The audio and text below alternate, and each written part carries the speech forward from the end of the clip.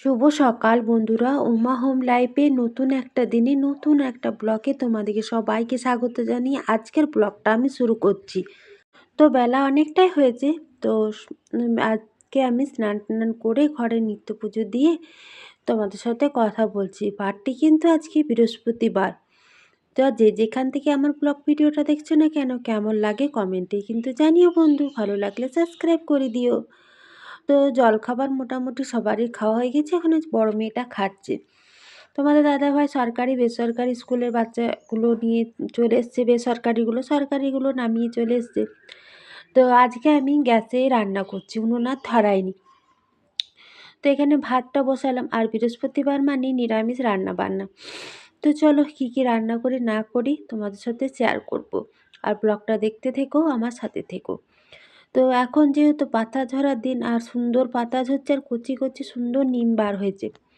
অনেকে নিম পাতা শুকনো ভাত দিয়ে খেতে বেশ পছন্দ করে। আর তোমাদের দাদাভাই পছন্দ করে, আমরা তিন মা মেয়েতে খাই না। আর তো বৃহস্পতিবার ও রবিবার তেতো খেতে নিয়ে আজ করবো না, ওইখানে ওই জানলাটাতে রেখেছি, মানে একটু রোদে শুকিয়ে গেলে কিন্তু বেশ ভালো লাগে। তো নিরামিষ রান্না মানেই কিন্তু দেখবে একটা আলু পোস্ত একটা থাকে। নিরামিষ রান্না মানে একটা আলু পোস্ত ডাল ভাত করলেই হয়ে যায়। পোস্তটা একটু নিরামিষের মধ্যেই পড়ে, তাই না বন্ধু? তো এদিকে তো ভাত বসিয়েছি, আর গ্যাসে রান্না করতে কিন্তু বেশিক্ষণ টাইম লাগে না, দুটোতে ফটাফট করে নেবো। আজ আর উনুনটা ধরালাম না। আর তোমার এদিকে ভাবছি আজকে একটু টমেটো আলু পোস্ত করব। ভাতটা তো এক ফুট দিয়ে নামিয়েছি, এদিকে ডালটা বসিয়ে দিলাম। আর আমি নিরামিষ বৃহস্পতিবার বা শনিবারে নিরামিষ খাই, তো কিন্তু আমি মুসুরির ডালটা কিন্তু খাই, কারণ অন্য কিছু ডাল মেয়ে দুটো খেতে চায় না। আর এই মুসুরির ডালটা কিন্তু একটু আঁশের মধ্যে পড়ে, কিন্তু আমি কিন্তু খাই। যেহেতু মেয়েরা যেটা খাবে সেটা তো করতে হবে। তো চলো এদিকে টমেটো আলু পোস্ত করব। তো আলুটা একটু ভাজা ভাজা করে তারপরে টমেটোগুলো দিয়ে দিচ্ছি। আর টমেটো আলু পোস্ত খেতে কিন্তু বেশ ভালো লাগে।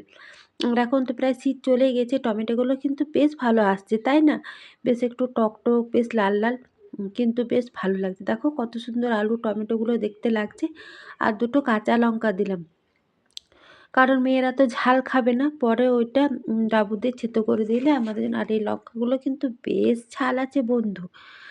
আর গ্যাসে রান্না করছি, তোমরা তো জানো আমি বেশিরভাগ উনুনে রান্না করি, আর গ্যাসে রান্না খুবই কম করি। এখন আবার বলছে যে গ্যাস একটু দামটা তো বাড়া কমা তো থাকতেই হবে সব কিছু সব জিনিসেই, কিন্তু গ্যাস বলছে যে খুব কম পাওয়া যাচ্ছে।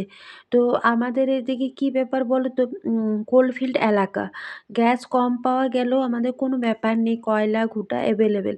আর যারা মনে করো ধরো কোয়ার্টারে থাকে, আর যাদের গ্যাসে সমস্ত কিছু, তাদের কত অসুবিধা হবে বলো তো। তো আজকে আমি গ্যাসে রান্না করছি, ভাবছি যে গ্যাসে তো রান্না করি না, আজ আবার গ্যাসে রান্না করছি। তো চলো এখনই বেশি তো রান্না করব না, এই টুকটাক রান্না করলেই আমার কিন্তু হয়ে যাবে। আর ডালের এই ফ্যানটা এখন আমি প্রত্যেক দিন গেলে ফেলে দিই, ফ্যানটা খাওয়া একদম ভালো নয়, জানো তো। তোমরাও যখন ডাল বসাবে তখন না এই ফ্যানটা খুন্তিতে করে ফেলে দেবে। তো আমি এই যে ডালটা মানে ফ্যানটা আর কি গেলে ফেলে দিচ্ছি। তো এই তো আর কদিন যাবো তো বন্ধু, এই বৃষ্টি টিপটাপ সন্ধ্যাবেলায় দুদিন হলো, আর রোদ দিচ্ছে না, মেঘলা মেঘলা। তো ভালো লাগছে না, আজকেও একটু মেঘলা মেঘলা আছে। তো এদিকে আমার রান্না প্রায় দেখো মোটামুটি হয়ে গেল, ডালটা সেদ্ধ হয়ে গেছে, এদিকে টমেটো আলু টা সেদ্ধ হতে দিয়েছিলাম। আর এইটুকু পোস্ত মিক্সিতে তো আর বাটা যায় না, শিল বাটাতেই বেটে নিয়ে চলে এলাম। আলুটা সুন্দর গলে গেছে, টমেটোটা একটু ডাবু দিয়ে খুন্তি দিয়ে নেড়ে নেড়ে দিলে বেশ সুন্দর হয়ে যাবে, তাই না? দেখো কত সুন্দর লাগছে দেখতে। আর বড় মেয়ে ছোট মেয়ে সবাই তখন বাড়িতেই আছে। তো ছোট মেয়েকেও জলখাবার খেয়েছে অনেক সকালে, ওর খিদে পেয়েছে, তো রান্নাটা হলে ছোটটাকে আগে খেতে দিয়ে দেবো। আর ছোটটা 10 বছরের হয়ে গেল, আজকে ওর ভ্যাকসিন ছিল। ও এখানে হেলথ সেন্টারে ভ্যাকসিন নিয়ে এলো। তো তোমাদের সাথে আর শেয়ার করিনি। হাতটাতে একটু ব্যথা আছে, একটু কুককাক করছে, ওই জন্য খাইয়ে দাইয়ে ভাবছি ঘুম পাড়িয়ে দেবো। ঘুমাবে কিনা বলতে পারছি না। একটা 5 বছরের ভ্যাকসিন থাকে, একটা 10 বছরের ভ্যাকসিন থাকে। তো 10 বছর যেহেতু পা দিয়ে দিল 10 বছরের আর কি। তো ওই জন্য ওকে 10 বছরের ভ্যাকসিনটা দেওয়া হলো। তো ওর দিদি ওকে নিয়ে গিয়েছিল এইখানে। আমি কিন্তু যাইনি। ওই ইঞ্জেকশন আরে আমার কিন্তু ছোটোর থেকে ওদেরকে যখন ইঞ্জেকশন দিত আমি কিন্তু দেখতে পারতাম না, ভালো লাগে না। তো আজকেও ঘরে একটু শুয়ে আছে। তো রান্নাটা চটপট করে ছোটোটাকে আগে খেতে দিলাম। ডাল, ভাত, পোস্ত হয়ে গেল। আর এখানে ছোট, ছোট আলুগুলো, যে নতুন আলু হয় ছোট, ছোট, এগুলো ভাজা খেতে খুব পছন্দ করে তোমাদের দাদাভাই। তো খেতে বেশ পছন্দ করে। তো এখানে তেলে একটু আমি লাল লাল করে ভেজে নিলাম কড়া তেলে। তারপরে এখানে গোটা সরষে ফোড়ন আর শুকনো লঙ্কা দিলাম। তখন ওটাতে তো নুন হলুদ দিইনি, এটাতে একটু নুন হলুদ দিয়ে একটু ভাজা ভাজা করে নিলাম, ফটাফট হয়ে গেল। আর এই আলুগুলো দেখো সেদ্ধও হয়ে গেছে। এরকম ছোট ছোট নতুন আলু গোটা সরষে ফোড়ন দিয়ে খেতে কিন্তু বেশ ভালো লাগে, রুটি দিয়েও খেতে কিন্তু বেশ ভালো লাগে। আর আমার মেয়ে দুটোর তো আলুই সবথেকে ফেভারিট তরকারি।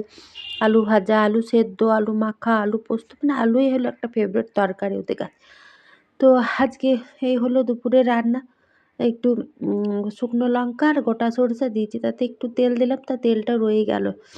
এই হলো আলু ভাজা আজকের, এই হলো টমেটো আলু পোস্ত, এখানে ডাল, ভাত। তো চলো ছোটোটাকে খেতে দিয়ে দিই। এনে ছোটোটাকে ভাত, পোস্ত, ডাল দিয়ে দিয়েছি, একটু নুন, জল। তো চলো খাওয়া দাওয়া করে বিকেলে কথা বলছি। খাওয়া দাওয়া করে রেস্ট নিয়ে এখন 4টের মতো টাইম হলো। তো ছোটোটা এখানে দুপুরে ঘুম পাড়াতে চেয়েছিলাম, ঘুম হলো না, একটা এখানেই খেলছিল এই আমাদের পুরনো আর এদিকে মেয়ের 4:30 থেকে টিউশনি আছে, ও রেডি হয়ে গেছে, ওর বাবাও চলে গেছে সরকারি স্কুলের মেয়েগুলোকে আনতে। ও আসুক, আমি জামা কাপড় তুলবো, বিকেলের ঘর দুয়ার ঝাড় দিলাম, তুললাম, সন্ধ্যা দিলাম। এখন 7:30 পৌনে 8টা মতো টাইম হলো। মেয়ে টিউশনি থেকে চলেও এলো। আজকের ব্লগ ভিডিওটা যতটুকু পারলাম তোমাদের সাথে শেয়ার করলাম। কেমন লাগলো কমেন্টে জানিও। ভালো লাগলে সাবস্ক্রাইব করে বন্ধু হয়ে পাশে থেকো। আর এখানে আমি একটু ছোলা আলু দিয়ে একটা রাতের জন্য তরকারি আর পরোটা করলাম। একটু বাজার দিকে যাব, টুকটাক কিছু দরকার আছে। ভিডিওটা এখানেই শেষ করলাম। কাল নতুন দিন নতুন ব্লগ। টাটা বন্ধু।